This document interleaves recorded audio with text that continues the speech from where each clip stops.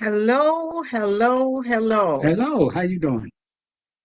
How is everybody? Oh my goodness, it's been 2 weeks since we've been here. I'm sure everybody is bunkering down for the snow. If you haven't already begun to get snow where you are, we're here in Maryland. We have no snow yet, but a lot of my friends I know have already gotten the snow. So if you're home, come on, tag somebody, come on in, come on in. I'm getting all kinds of error messages on my laptop as always. I'm going Mhm. to keep on talking and act like I don't see them because they're just there to get me off track, get me off focus. So, welcome, welcome, welcome to Welcome. Black and Married with Kids. Yeah, We are the the Milburns. Milburns, Team Team Milburn. Milburn. I am Barbara Milburn, and And this is my husband.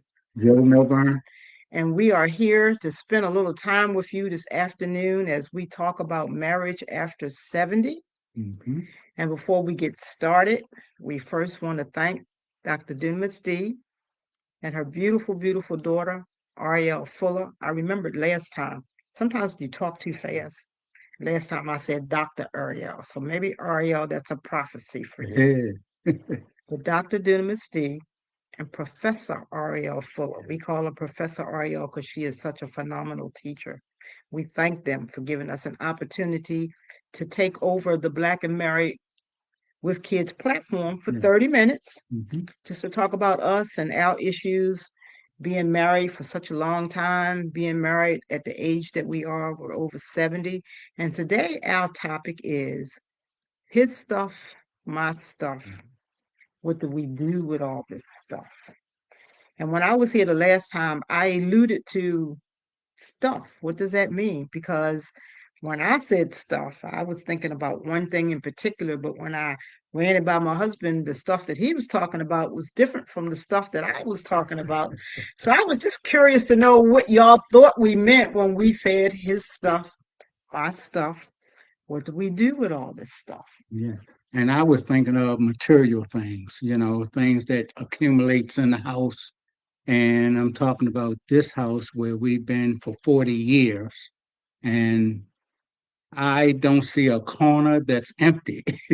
Sad, y'all.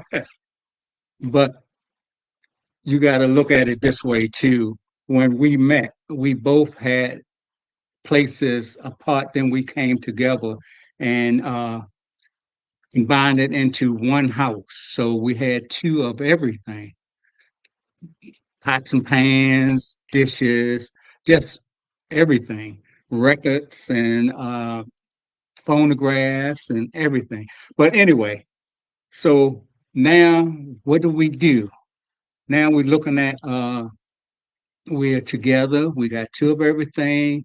What is genuine treasures? What is necessities?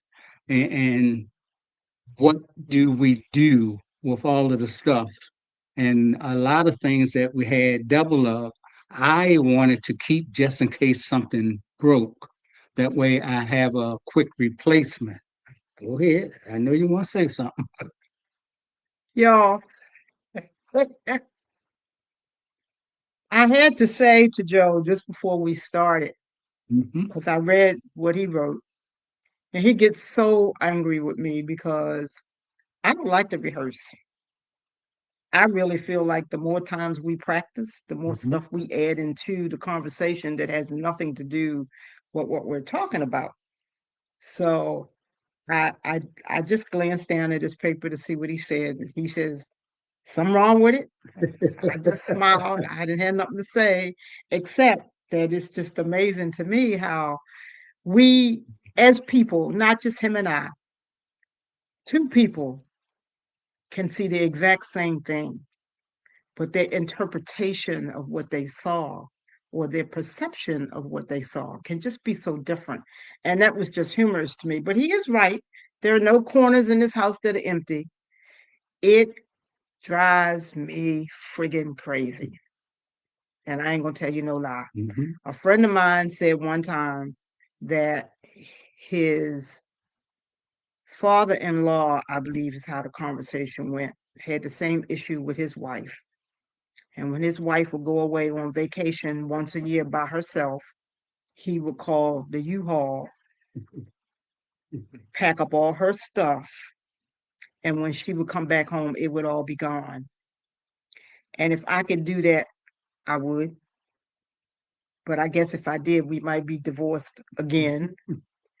So, as Mama D says, I sort of suffer in silence. But I picked this topic to be really transparent because I really would like some ideas from you guys. What do you do with all of your stuff? And to a certain degree, Joe is right about the 40 years. I see it a little differently than he did because when we moved into this house, we had already been living in another house together. Mm-hmm. So we had already been living together 2, 3 years before we moved here. So the things that we had accumulated were things that we brought in. And it's a whole lot of difference when you're bringing stuff in a little bit at a time and then when you just, kind of bring it all. But to go back a little bit, and we've alluded to this several times, but we've never really told you guys what our backstory is. We Right. originally married in 1981. We separated after 22, 23 years of marriage, plus we had been living together a few years before that. So we had been together about 25 years before we separated. I think that was around 2002, 2003. I'm not sure. The dates kind of elude me at some time. We didn't really start dating again until after 2018. So that's a long time in between. But when we did start dating, one of the things that we used to like to do was to go thrift shopping. And to be honest, I would get so pissed off with him because we would be in the store and he would be buying, I'm gonna buy this for the kitchen. Now he's in his apartment. I'm in this house. Okay. I'm gonna buy this. I'm gonna buy that. And I'd be thinking, why is he buying more stuff? When he already got one of them at the apartment, I already got one at the house. Why is he buying a third one? Well, what do we need with three? So but I wouldn't say nothing. But I would be so angry. By the time we would be finished shopping, I would just be angry. But not to get off the topic. What do we do with all this stuff? I want to get rid of it. I would like to just open the front door, back up a truck, and just throw it all out. For real, for real. A lot of it is my fault because I'm still holding on to stuff from when my mother passed away, and my mother passed away in 2001. So you do the math. I look at it, I get sentimental, and I say, oh, I'll keep it a little while longer. Somebody might want it. But the truth of the matter is, y'all, don't nobody want our stuff. True. It don't mean nothing to nobody but us. And so we have to come to some kind of consensus, I guess is a good word, on how do we get rid of this.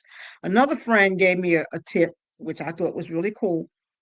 Him and his lady friend are just beginning to cohabitate, if you will, and they're getting ready to get married soon. So she had a place, he has a place. And he says, she just so, lovingly, she looks at him and she says, well, honey, look, we have one of these over here, and we have another one just like it over here, and we have one over here. Do we really need all of this stuff? And him being the kind of guy he is, he says, no, dear, let's get rid of them. But that ain't Joe.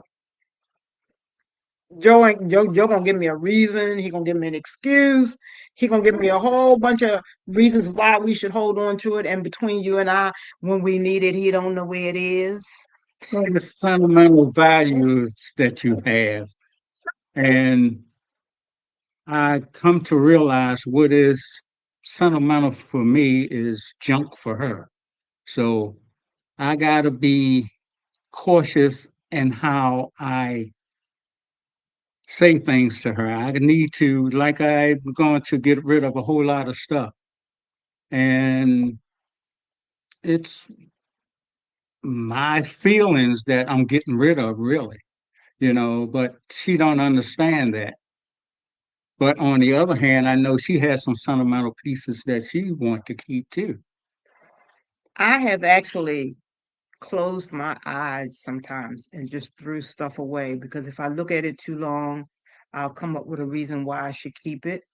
And a lot of times, and I don't get to do this as much anymore since we're really married again and living with each other. But when Joe had his apartment, he was gone. He would always be here at night because he didn't want me to stay in the house by myself. And he would leave in the morning, 10, 11 o'clock. And 9 times out of 10, I knew he wouldn't be back until at least 4 or 5. He always got back before dark caught him. And so I had this big chunk of time in the middle of the day that I could get rid of stuff without him bringing it back or saying, well, why are you throwing that away? So I would get big trash bag and I would put stuff in the trash bag and I would carry it out to the trash can because if I left it sit in the house, he would come in and see it. And then he would ask me, well, why are you throwing this away? So it got to the point where he had started asking me, well, did you put something in the trash outside? And so that started not to work either. But I'm looking at Sister Lillian, my BFF, and Lillian says less is more. And Lillian, I agree with you.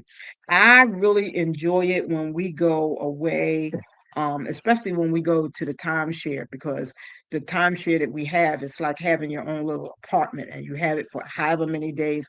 But when you can look around and you can look in the corners and it be empty and everything has a place. But I said something to him the other day about everything having a place, and his answer was, well, the place is where I put it.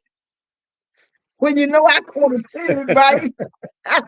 Mm. I looked at him and I curved my behind right on upstairs because silence is golden and I wasn't going to fall into that trap.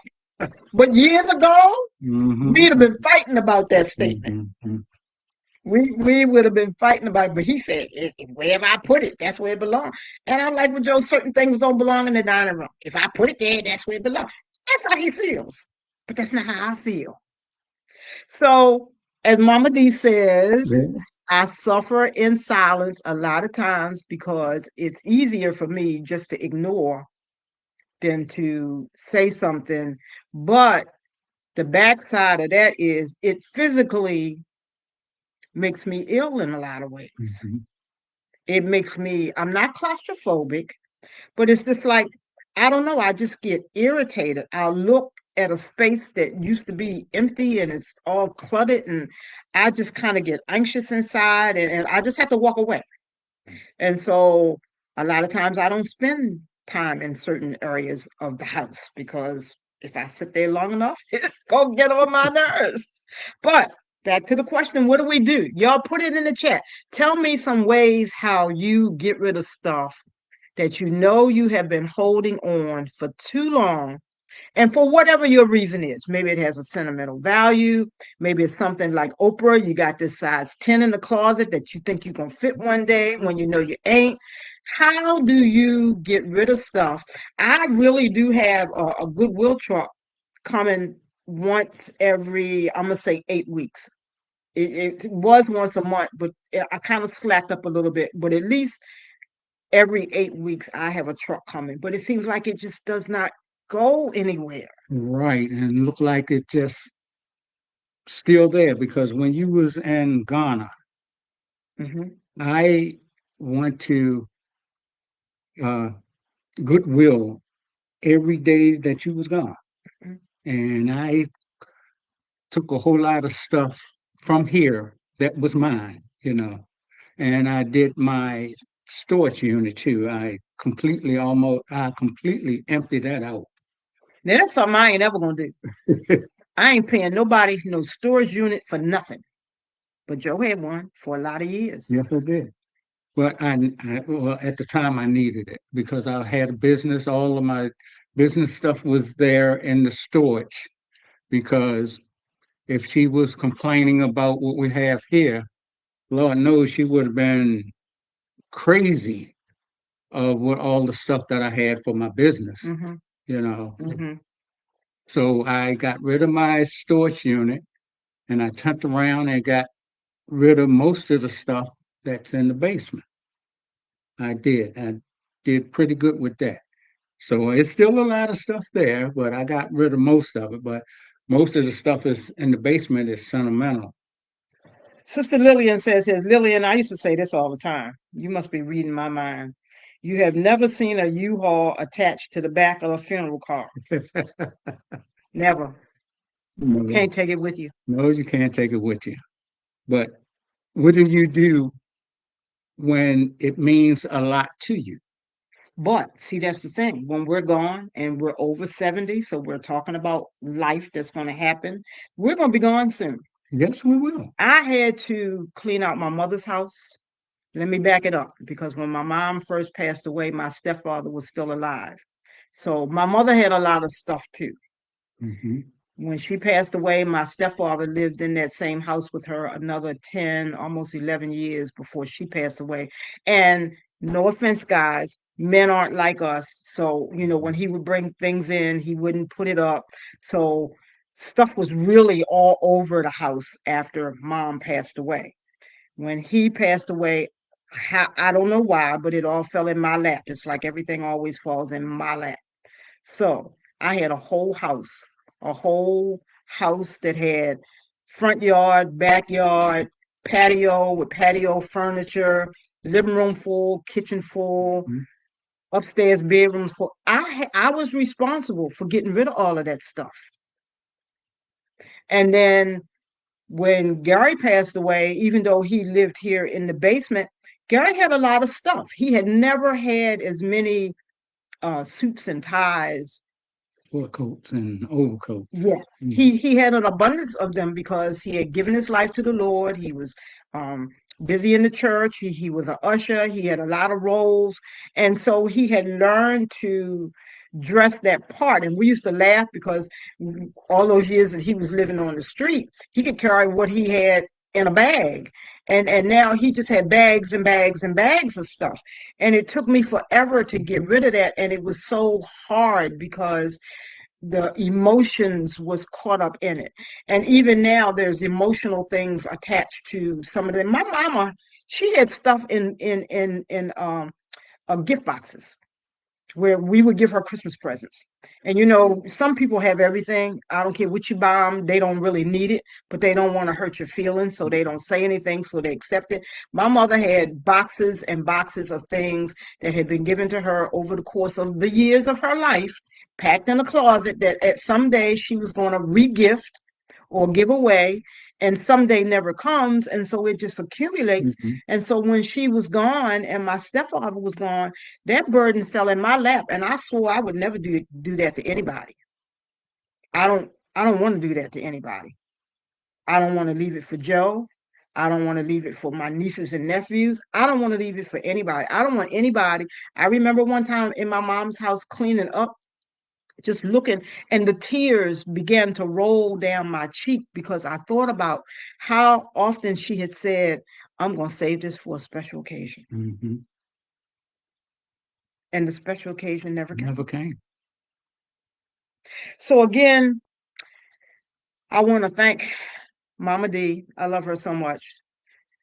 Dr. Dunamis D. and her beautiful daughter, Ariel Fuller, for allowing us to take over this platform for a few minutes and just talk about some of the struggles and issues that we have And we because go have together. yeah, because a lot of people look at us and they see my gray hair and his gray hair, and usually when we're together, even when we mad at each other, we hold hands. And then people say, "Oh, that's so sweet," and "Oh, they look so cute," but you don't have no idea what struggles we have when we come in the house because I don't care how happy anybody looks when you close the door to your home, which is should be your castle. Hmm. That's when the shit hits the fan, excuse my expression, but that's when you have to deal with your real life issues and you have to talk about why you have these struggles. What are you holding on to stuff? I always look at, and I'm gonna let you get in a minute. I look at people sometimes when they hold on to things like that because they never had when they were growing up. That's just my interpretation. I know people who didn't get to eat regular meals, so they hoard food. Hmm. I know people who always had hand-me-downs, so they hoard clothes. I know people who had to wear their shoes until you had to put paper in the bottom. I've done that. Put paper in the bottom of your shoes so the hole in the shoe, your foot is not on the ground. So when they get old enough, they hoard shoes. And we all hoard something, but why, if we believe that our Father is going to give us what we need when we need it? Why? That's the part I don't get. Well, a lot of times I don't hoard anything. I just had things that attached to my emotions and my past.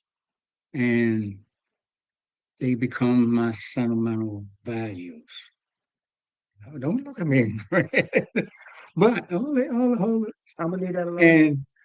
And yes, I know it's 30 years back or 40 years back, and I think I got something down in the basement that's 60 year old. That was the sewing machine. And I got yearbook, when I graduated. That's sentimental value. The things that you're talking about, I agree. I can Hmm. go with that, but I can look around this room right now and point out a whole bunch of stuff that's sitting right here that we looking at that ain't got nothing sentimental attached to it. So why is it here? We ain't got to go to the basement. Hmm. Hmm. All right, my dear. That's what he does when he don't want to talk about it. That's what he does when he don't want to talk about it. And so I'll go upstairs and suffer in silence, and he'll sit down here and pout. He will when we go off this live. I'm not gonna tell. So, and so he might until tomorrow morning. Nope. And then he'll pick it up and we'll start this thing all over again. But that doesn't negate the fact that we still got all this stuff here. No. Now that I know how you feel about this, But it's not the first time I've told you. well, and it's not. Some stuff has been gone, but I can't help it if you bring other stuff in. Yeah, I'm gonna put it on you. Yeah, okay, I'll take that. I do, but I do have something else going on for me too. I vow that every time I bring something in, something got to go out. So if I carry something upstairs to the bedroom that I just bought and I hang it up, something's coming out and going in my Goodwill bag. The Mhm. Goodwill bag might not go out until it gets full, but it's in the bag. I'm not bringing anything extra. I'm replacing one thing with the other. And that was some of the things that I saw when I Googled it because I wanted to know, I always ask Google, what do you think? And they talked about three things. Make your three piles, the keep pile, the giveaway pile, the donate pile, the keep pile, and the pile that this has some meaning or this has some value. And that's where we get stuck, the things that we think have meaning or things that we think have value, because what I think is valuable, what he think is valuable is different. Mhm. And then, like he says, we got our emotional feelings. Our feelings get attached to certain things, and I think, oh, well, I can't give this away because Mama gave it to me. Mama been dead since 2001. But it's still sentimental to you. It is, but what good is it? I understand that. What good is it? It's not doing me no good just sitting here taking up space. It's making me ill physically because I got to look at this stuff and I'm stuck with it. And none of the grandchildren want 'em. They don't want my stuff. We just, y'all, our Facebook friends who follow us, y'all know that we recently just got a new living room set, right? So I had a really, really nice, at least I thought it was nice, coffee table, end table, and lamps. It was older because I bought it a long time ago, but a lady that I used to work with some years ago taught me when you buy things, you buy classic things so they never go out of style. Mhm. That's how I have so many clothes in my closet. And when I go out, people will look at me and say, "Oh, Miss Milburn or Mother Barbara or whatever else that they're calling me, you look so nice." Honestly, 85% of the stuff that I have in my closet is 20 plus years old because I keep my stuff. When I come home, I take it off, I hang it up, put in the cleaners, wash it, whatever I do. But it's a classic style, which means that it never goes out of style. You won't hardly ever see me in trendy things. That's what I call them, Mhm. because every season the clothes change for both men and women, but you won't see me getting into that. That's never been. It used to be years ago. I'm not gonna lie. I was, buying the clog heels or whatever, whatever. I didn't do too much design because I ain't gonna pay that much to put nobody's name on my behind. Mhm. I'm not doing that. I'm not advertising for you. If it's gonna have a name on it, it's gonna be my name. I got Dunamis Government Institute on my shirt because I am a citizen of the kingdom. I ain't advertising nobody but the Lord Jesus Christ. Hallelujah. Yes, indeed. But I'm not wearing no Calvin Kleins. I'm not wearing none of those the boots, the fuzzy boots. I ain't doing none of that. You ain't ever gonna see me with that. And if it is because somebody gave it to me, I have two purses that are Coach bags. Both of them were gifted to me. I don't, You that's know, not me. When we first got together, I was amazed that he could walk through the store and tell me what was uh, what was the name of the shoe? Michael Kors. He said, "Oh, that's a Michael Kors bag," and I was like, "Oh, Jimmy Choo and really?" So, because I've never been that mhm. type of person. I just as soon go to Kmart. My coworker, you know how when Kmart had the little strings attached to your shoes, so when you try them on, you could go. I ain't buying designer nothing. Let me say this. This is something, it's going to coincide with what she said. I do keep things. And, we're having this big snowstorm up here, right? Everybody is. Yeah. Well, up here in half of the United States, Yeah. you know, and they comparing it with the snowstorm of 96, the blizzard of 96. Hmm. And I was down in the basement looking for some stuff so I could show that I do have stuff that's 30 years old or 40 years old and this and that. And I happened to find this t-shirt when I was working with the city. With the city. It's brand new. And it's there you go. It's the blizzard of 96. He ain't never wore it. See, it still got the creases in it. See, look at it. It still got creases, like it just came out the bag. But That's sentimental. it sure it is. I worked hard for this t-shirt. And I know you did, but when you're gone, you know what's gonna happen to it? It's going to go in the trash. Faster than you can say Jack Lightning. And there's another thing that's sentimental to me is my yearbook. That I can see. My yearbook. I lost mine in one of my moves, uh, uh, trying to escape from my first husband, who was a fighter, a physical abuser, and I had to move in a hurry, and so I lost mine. If I could get it back, I would. So I understand it. I understand that, and I understand the sentimental things, but there are a lot of things that we have that don't really have nothing of any value to anybody. Mm-hmm. Hey, look, I'm gonna catch you when we get off this line. I know you're not. I might have to call one of y'all. Come bail me out, right? You know, she's talking about the stuff that I had, but she don't say the stuff that I see in the basement and around here that she has. It should have been gone. Well, like for instance, I got stuff too. Okay. I'm not saying I don't. And that's the problem. It's my stuff, his His stuff. stuff. What do we do with all this All stuff? the stuff. And the problem is we can't agree on what stuff we should get rid of and what stuff we should keep. A lot of my thing is where things live when it's in here. Hmm. Certain things don't belong in the living room or the dining room as far as I'm concerned. My mother, if she picked up something of yours that was out of place the first time, she would put it away. Second time, she's going to hand it to you. Third time, it's going in the trash. And her theory was if you wanted it, then put your shit up. Now, And then when I move it and don't remember, because I ain't gonna lie, my memory is like, yeah, I don't remember what I did with it. So now he's looking for it. And then he got an attitude because I don't know where it is, but it was his stuff. So if you had put it where it belonged instead of dropping it in the living room, mhm, then you would know where it is. mhm. See, y'all, Right. y'all get to witness our first fight of the year. Oh, we're gonna do like the whites. We're gonna fight right. We're gonna fight right. It's a discussion.